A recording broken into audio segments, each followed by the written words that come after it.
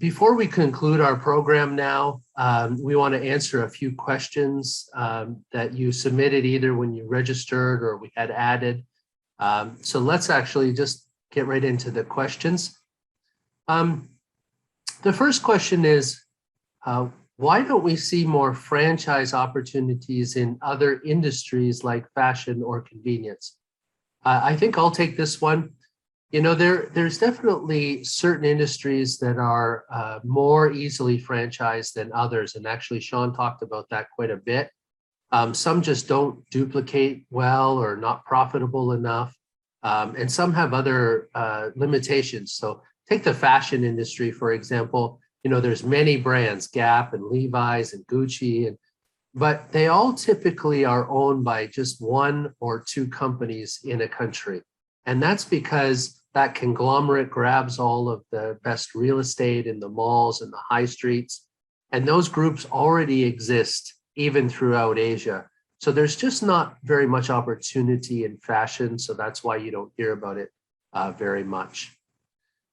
Let's see what else we have. I got a couple, I think, for Sean. Sean, I have one for you. Can a business be built with the intention to franchise right from the beginning? Oh, that's a good question. That's the kind of question we love to hear. Yes, of course it can be. You know, traditionally, what we have seen is businesses start off as non-franchise businesses. They become successful. They're able to grow domestically to a certain size and decide that they are truly ready to go franchising, to grow very quickly within their own domestic market, but also to grow internationally as well. So normally that is what we see the most. Now, clearly, if you have a business that is franchisable and the idea is to franchise your business right from the get-go, then, you know, really it goes back to the slides that I mentioned earlier, which is to make sure that you follow the steps to make your business franchisable, right? And to get yourself ready. And of course, I think, you know, legal is one of the first things that you want to look at, but also kind of review your operations, make sure you improve it, simplify it. I think Robert mentioned this earlier, is the whole idea of franchising is not to complicate things. In fact, it's the exact opposite. It is to simplify it so that you can teach others how to do it carefully and easily, right? So it's not about having a great menu or a lot of SKU items. It's about making sure that you stick to your core business and you're able to source the products or materials to produce that particular product or service in your country, and you can train people to do that. So good, thank you. I think I'll keep you for one more question because the next one's also for you. Can a marketing agent be franchisable? Wow, okay, well, that's interesting. Okay, yes, it can be. Yes, you know, in fact, you know, in the recent past, we've had many companies in digital marketing, for example, approach us just because they're so successful in their particular markets that they know that they can replicate this in other markets. Now, obviously, there are cultural barriers. Language is usually one of the key barriers, but certainly a marketing agency, a digital marketing agency in that respect, you know, you have opportunities to franchise it to other countries where you would not normally want to go, right? You may not want to go to Cambodia. You may not want to go to Vietnam. You may not want to go to China. But there are many reasons why people can replicate your business. You can share that business model, protect it, and at the same time, leverage it so that your franchisees can be very successful. And then kind of growing your entire franchise system and allowing your company to make the necessary returns that you require in order to do these things. Okay, good. Nice to know. I think I have a couple here for Ms. Tu. The first one, have somebody who wants to bring their franchise to Vietnam. what are the key things that I need to do? Now, I know you kind of talked about it, but maybe you could outline some of the key steps. Yeah. So the first thing, if a foreign franchisor want to bring the franchise business into Vietnam, so the first thing that they should determine whether their business is allowed for franchise in Vietnam. So for general, for food and beverage, fashion, or maybe healthcare or gym, this very popular, and yes, there are no restrictions. But just for some business like the sale of the gun is prohibited. So this is the first thing. The second thing that you should check and do the due diligence for on your potential franchisee to make sure that they are the good franchisee and do not affect to your reputation in the future. The third thing that please register the trademark as soon as possible. If you have already have the international trademark, please recognize in the IP office. This because for trademark registration in Vietnam is quite very long. It maybe take about nearly 2 years for obtaining the trademark registration. So please arrange for this as soon as possible. And this because for franchise registration, we need also to submit a certified copy of trademark registration certificate to the authority. And the number 4 is register the franchise activity to the authority. This because many cases that foreign franchisor sign the franchise agreement with the franchisee, but they will have the difficult to obtain the fee, the franchise fee or other related fee in the franchise agreement. This is because the commercial bank in Vietnam maybe ask them to show the franchise approval. So please make sure that for franchise registration in Vietnam. And the last one, just negotiate and localize the franchise agreement for franchise activity in Vietnam. Okay, perfect. So there's quite a few steps. So glad that we have legal advice with us today. The next question also for you. So this is from a Vietnamese franchisor who wishes to offer franchising both in Vietnam and international. What do they have to do in regards to registrations, and how do Vietnam's laws, affect them as a franchisor?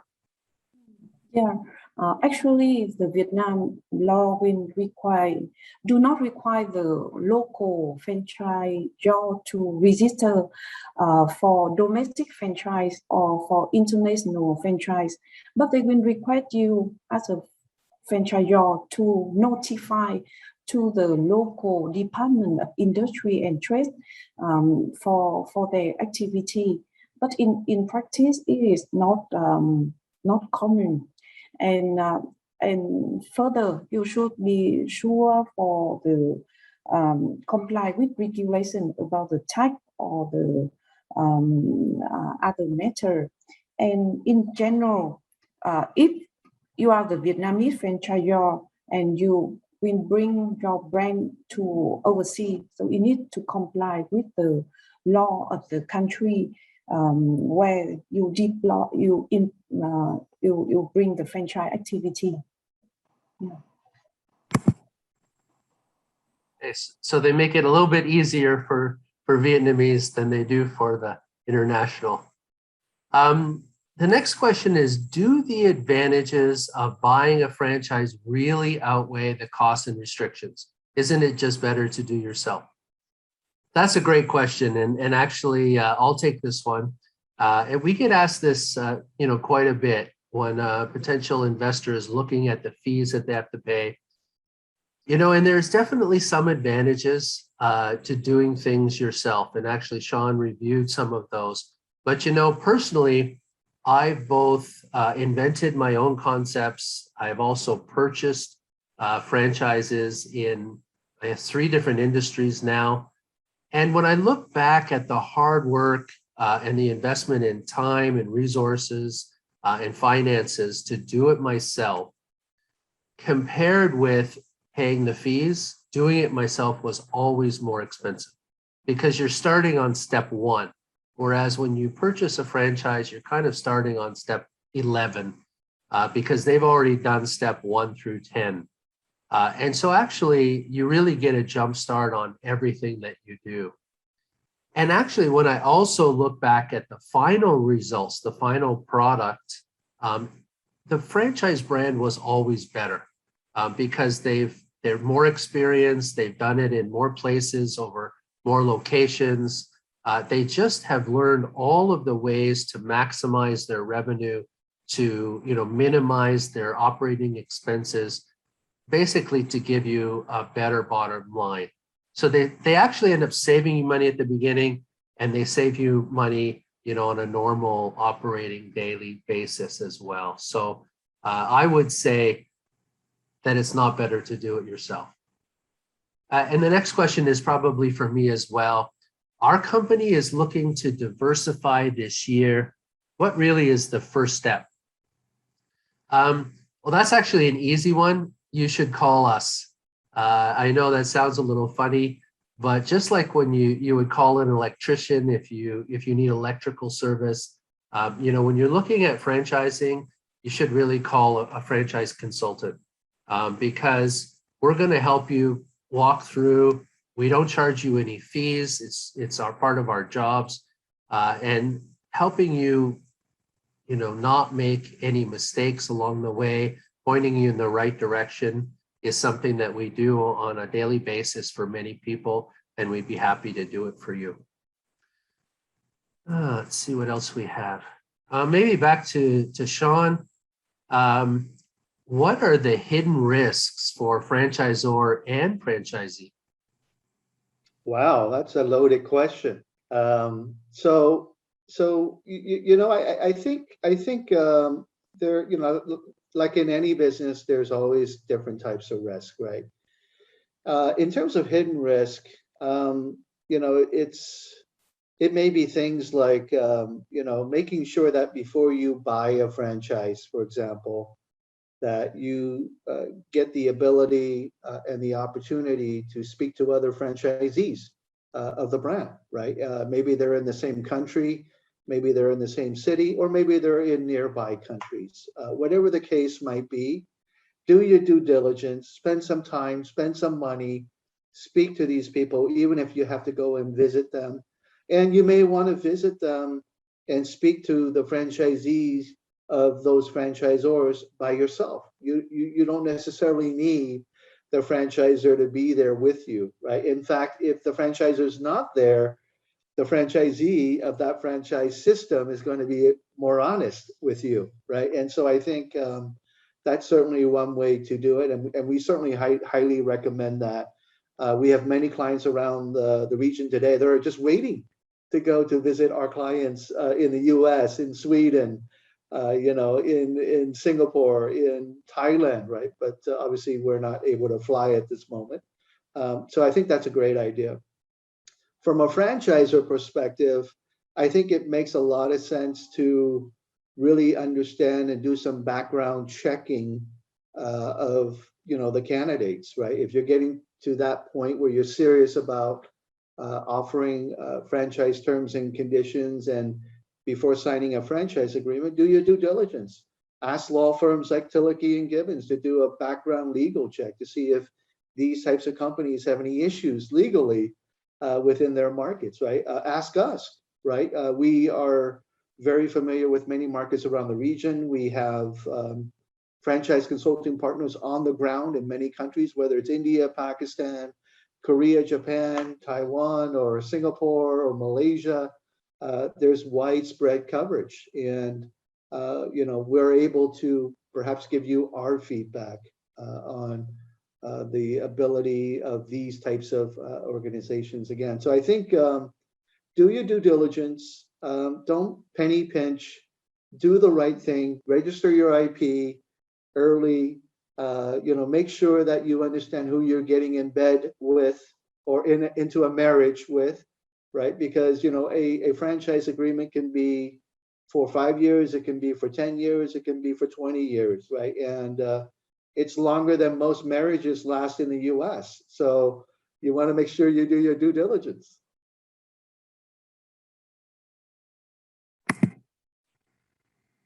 Yeah, that's very true. I have a question, which is quite interesting. What do you think about the express delivery market overall?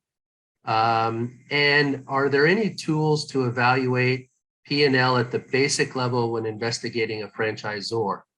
So this question is from Vietnam.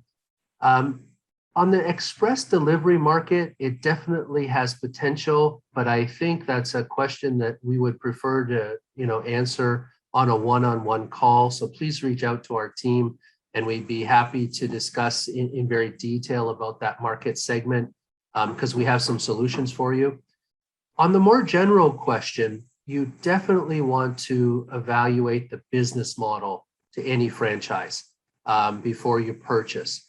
Normally, though, they'll only share that information after you've had some initial discussions and you've signed the non-disclosure agreement, you've filled in the application.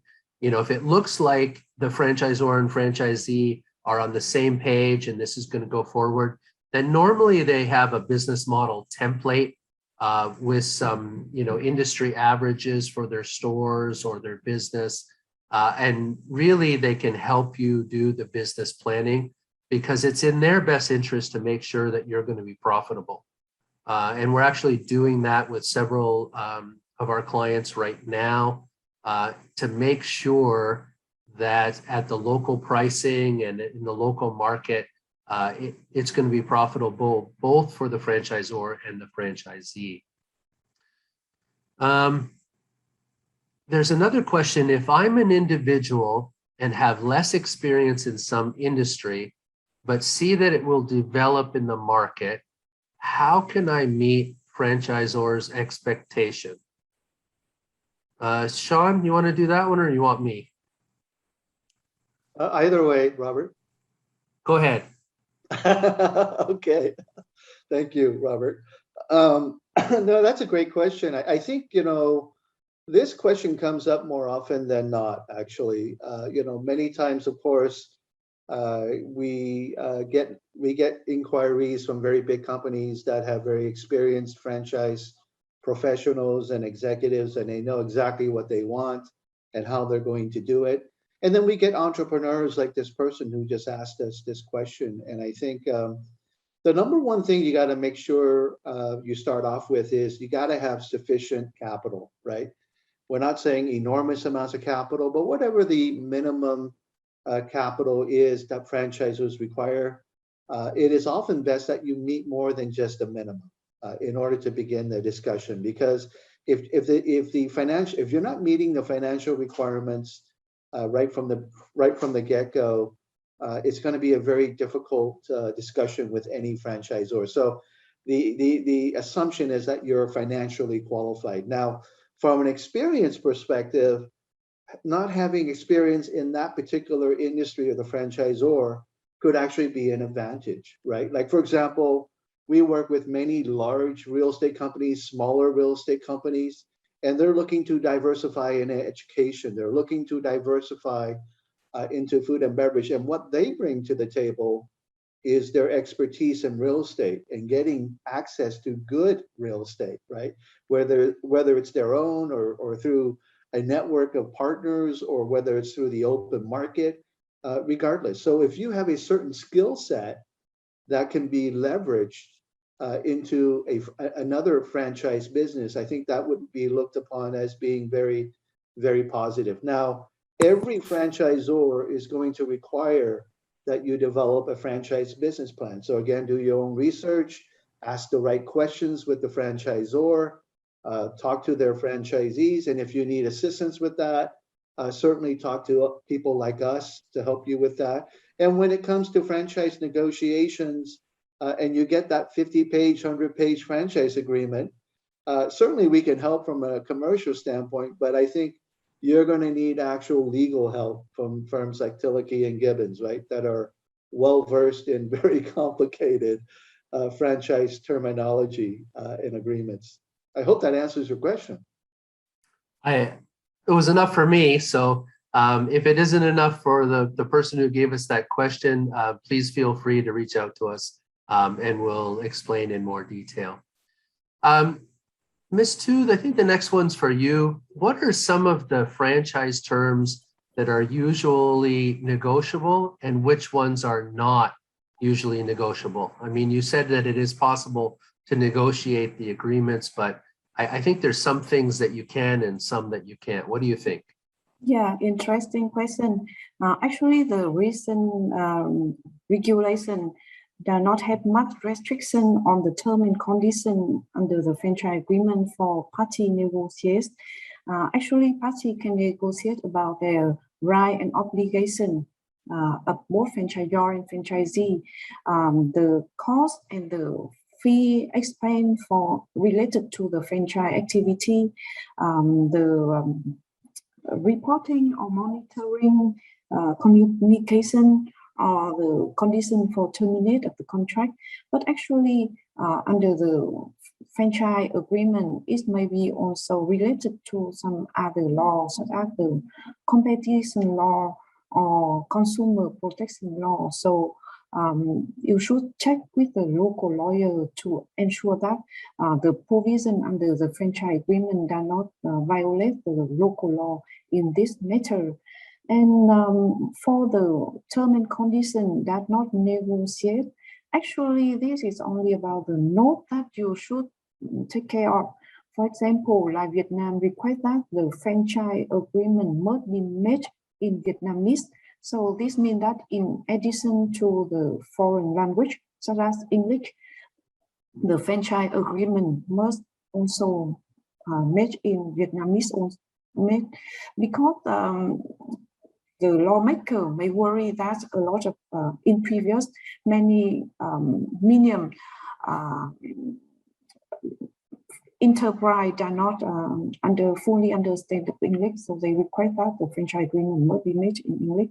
And another thing that should be take note under the franchise agreement is about the effective date of the franchise agreement. Actually, because based on the principle that the franchise activity must register with the authority. So this means that the effective date should be the date that the authority issue the franchise approval to the franchisor. Yeah. Okay, no, that answers that question. Thank you. Another question we have is a specific one. You know, right now, which product franchises are perfect for Bangladesh market? And actually, we have quite a few questions. You know, what's the best brand for India or Bangladesh, Vietnam, and some other markets? And you know, we don't really have time, and maybe everyone's not interested in learning about every single market. And even if we did, you know, what's right for Vietnam in general, for example, may not be right for Hanoi or Hue or Ho Chi Minh City. And it may not be right for your company. So every situation is different. And I think that speaking to us on a one-on-one is a better way to answer that question. But for Bangladesh in general, for this person, I think there's still quite a large need for international food and beverage. Most of the international brands are not there yet. And we get a lot of inquiries on a regular basis for cafes, for dessert concepts, for Thai food. So I think that there's a big gap in that particular industry, so it might be worth considering. Another question, what are the fees for different franchising businesses? And while we covered that earlier, we haven't talked about any specific fees, even for the brands that I said are available. Specific fees from a brand, they're not necessarily consistent for every agreement.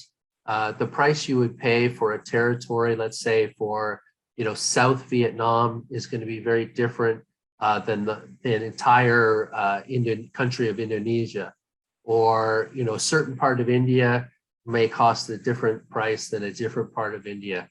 So this is another one of those questions that you really should reach out to us. Tell us what industry or what brand you're interested in, what market, and then we can help answer the financial related questions for that specific situation. And we would be happy to do so. Got another one for Ms. Tu. Can I use the Madrid protocol to register my IP in many countries in Asia all at once? And if yes, can your firm help us to do so? Yeah, so the short answer is yes. You can use Madrid protocol for register your trademark in many countries in Asia at once. This is because many countries in Asia is a member of the Madrid protocol, such as Cambodia, China, Thailand, Vietnam, Japan, Laos, Malaysia, Singapore. So this means that you can register at one time. And of course, our firm can help to do so. We have a strong trademark team in both Vietnam and other countries like Thailand, so we can help for registration. Good. Can you help us franchise my business? And what are the next steps? I think Sean. Well, that's probably the best question I heard today, and certainly the answer is yes. That's what we do. We've been very successful with that.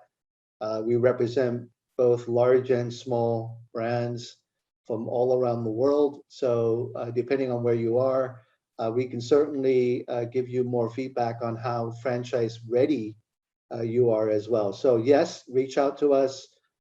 We'd be happy to spend some time with you, complimentary, free, to talk more about and to learn more about your brand and how we may be able to assist you. Yeah, we're always happy to help new brands turn into franchises or expand in some way. One of the things that I get asked, a couple of questions here are about training. And, that's sort of me. Any brand is going to require training. And that's one of the things you're actually paying for as part of your franchise fees is, their team's expertise. And it doesn't matter whether the chefs in the kitchen, an operations team, whether it's their marketing staff. Usually, almost in every case, a franchisor has a plan to train you, number one, to run the business. Number one, how to, build the team and get started, and then how to train the actual staff who are going to do the operations, whether it's a school, training the teachers, training the center managers, a restaurant, the chefs and the restaurant manager, how to do the service and how to make the food, whether it's a fitness, center on how to run the operations. They kind of hold your hand through the entire process, really. So the training is always very important. And it's a good question to ask in initial discussions. What kind of training does this brand give me as a new franchisee? And what kind of support did they give me on an ongoing basis? So that's a great question. And please ask any franchisor that you talk to, though that specific question. I think that's just about it. Can I make money by franchising my business?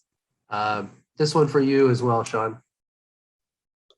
Well, I'm going to put on my franchise consultant hat and say yes. Now, certainly it is not a guarantee. But, again, maybe going back to that pressure of being a business, and that is a business needs to grow in one way or another. So it needs to grow either organically by growing by itself, either getting new cash into the company or generating that free cash flow to fund expansion of the business over time, or it takes the franchising route, right? And, franchising is not for only cash-strapped companies. I mean, McDonald's is huge. KFC is huge. Starbucks is huge, right? They have more cash than most people have. in their industry, and certainly in their segments, they have the most cash. But that said, if you want to grow bigger and bigger and bigger, then you need to decide whether you want to grow it organically on your own, or you grow it through franchising. So a lot of big companies have decided that franchising works best for them. And there are many examples of franchisors that have listed their companies publicly because they've grown so big through franchising. Yum is a perfect example of that, right? Yum owns the KFC and the other Pizza Hut brands and Taco Bell and all these big brands. They're publicly listed. Now the funny thing is, some of the franchisees of these large brands are also publicly listed. Like, for example, Ace Hardware, their franchisee in Indonesia is a publicly listed company, and they went public after acquiring Ace Hardware in Indonesia, and the business is worth $500 million today alone in places like Indonesia. So again, there's an opportunity not only for franchisor but franchisee to make a lot of money. Now that said, of course, some franchises do fail. Some franchisees do fail, but statistics have shown that franchisees and franchises in general have an 85% chance of success after 5 years of operation versus non-franchise businesses, which have a much lower success rate at around 25%. So statistics seem to confirm that franchising is a very good way to expand and grow your business. And again, not all franchises are the same. You must be very selective. You must be doing your due diligence to make sure you are the right fit, with the right franchisor. And as a franchisor, you must have the right fit with the franchisee. But as long as you do those important things, there's a much higher chance of success and making a very attractive return on investment. Good. Thank you. Thank you for that. I have one more question, and then we'll conclude because we're a little bit over time already. Can I ask the question about the brand valuation before franchising? That's a very good question, and I think I'll take it. Whether you're a brand that's looking to become a franchisor, then definitely yes, you can look at the valuation of your company or of your brand, as well as making an evaluation of similar competitors who are franchising, so that you know the right how much you should charge, and our company can help you with that. Now, as a potential franchisee, because I don't know which way you're looking at it from, you can also do a lot from the franchisors. As Sean said, some franchisors are publicly listed companies, so there's a lot of financial information available. A lot of franchisors during the process will provide you with the FDD, the disclosure document, which some have financial information. And the franchisor, again, especially after an NDA is signed, can give you some guidance on valuation purposes. So I hope that answered your question. If not, please reach out to our Vietnamese team because this question's from Vietnam, and we'll be happy to get you the right answer for your question. So in conclusion, I'd like to thank everybody for joining us this afternoon, and also especially the participants, Ms. Tu from Tilleke and Gibbons, as well as the CEO of VF Franchise Consulting, Mr. Sean. I think we gave a lot of information to people, so I hope that people enjoyed the program and found it very educational and interesting. Tilleke and Gibbons offers services all around our region for legal needs. So Ms. Tu and her team would be happy to assist you if you need any support, either as a franchisor or as a potential franchisee. Us guys at VF Franchise Consulting can help you prepare to franchise or to sell your franchise business or to purchase one of the many international opportunities that are available. So please contact either company for more information. We'd be happy to help you on a one-on-one basis in a further discussion. So that really concludes our program for today. So have a great afternoon, stay safe, and thank you for joining us today. Thank you, Sean. Thank you, Ms. Tu. Thank you, everybody. Thank you, Robert. Thank you, Ms. Thank Tu. you. Thank you. Bye-bye.